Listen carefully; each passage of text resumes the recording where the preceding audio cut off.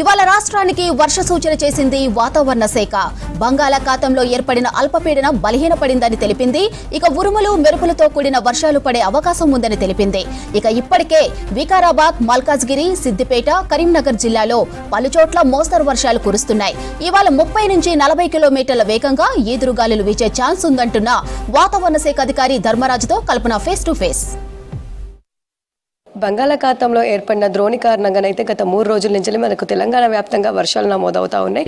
మరి ప్రజెంట్ బంగాళాఖాతంలో కొనసాగుతున్న ద్రోణి స్టేటస్ ఏ విధంగా ఉంది, దాంతోపాటు ఇంకెన్ని రోజులు తెలంగాణ రాష్ట్ర వ్యాప్తంగా వర్షాలు కురిసే అవకాశం ఉందో తెలుసుకుందాము.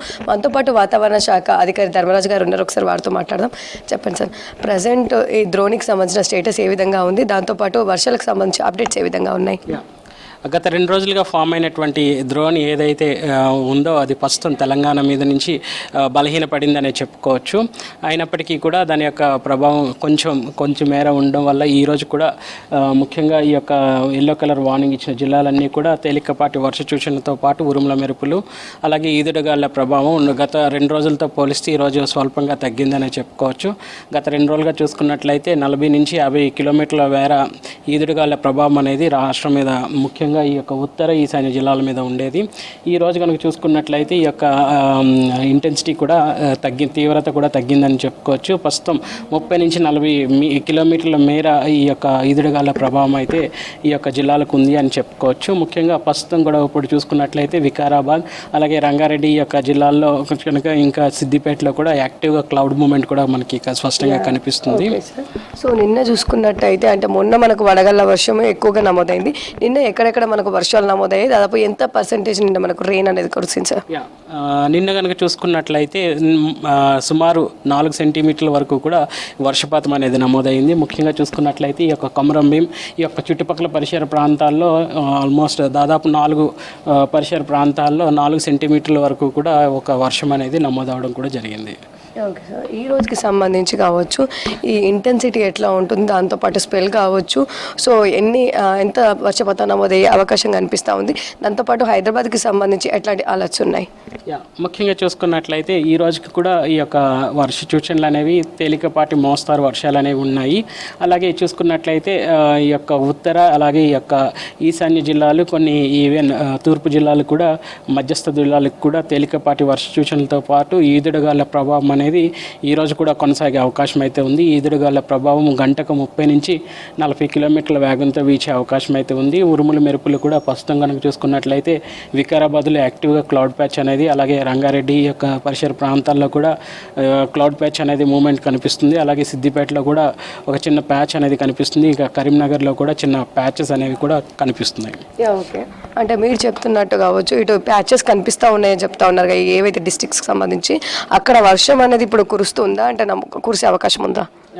ఇక్కడ చూసుకున్నట్లయితే ఈ యొక్క జిల్లాలకి మాత్రం తేలికపాటి నుంచి మోస్తారు వర్షాలు అనేవి పడే అవకాశం అయితే కనిపిస్తుంది. ప్రస్తుతం ఇక్కడ చూసుకున్నట్లయితే మనకి మేఘకృతమైనటువంటి వాతావరణంతో నిండుకున్న విధంగా మనకి కనిపిస్తుంది కాబట్టి తేలికపాటి జల్లులు అనేవి కురిసే అవకాశాలు కూడా ఎక్కువ కనిపిస్తున్నాయి. ఓకే సార్, ఇప్పుడు హైదరాబాద్కి సంబంధించి కావచ్చు ఈరోజు ఎట్లాంటి అలర్ట్స్ ఉన్నాయి? సో నిన్న చూసుకుంటే మనకు పెద్దగా ఎక్కడ వర్షం కూడా నమోదవ్వాలి, మొన్న మాత్రం మనకు ఒక పెద్ద వర్షం అనేది కనిపించింది. సో ఈ రోజుకి సంబంధించి హైదరాబాద్కి ఎట్లాంటి అప్డేట్స్ ఉన్నాయి? ఈ ద్రోణి ప్రభావం అనేది నిన్న గత 2 రోజులుగా కూడా చూసుకున్నట్లయితే ఛత్తీస్గఢ్ మీద నుంచి తెలంగాణ మీదుగా కొనసాగడం వల్ల మనకి యొక్క పెద్ద ఎత్తుల వర్షాలు అనేవి కూడా మనం చూసాము.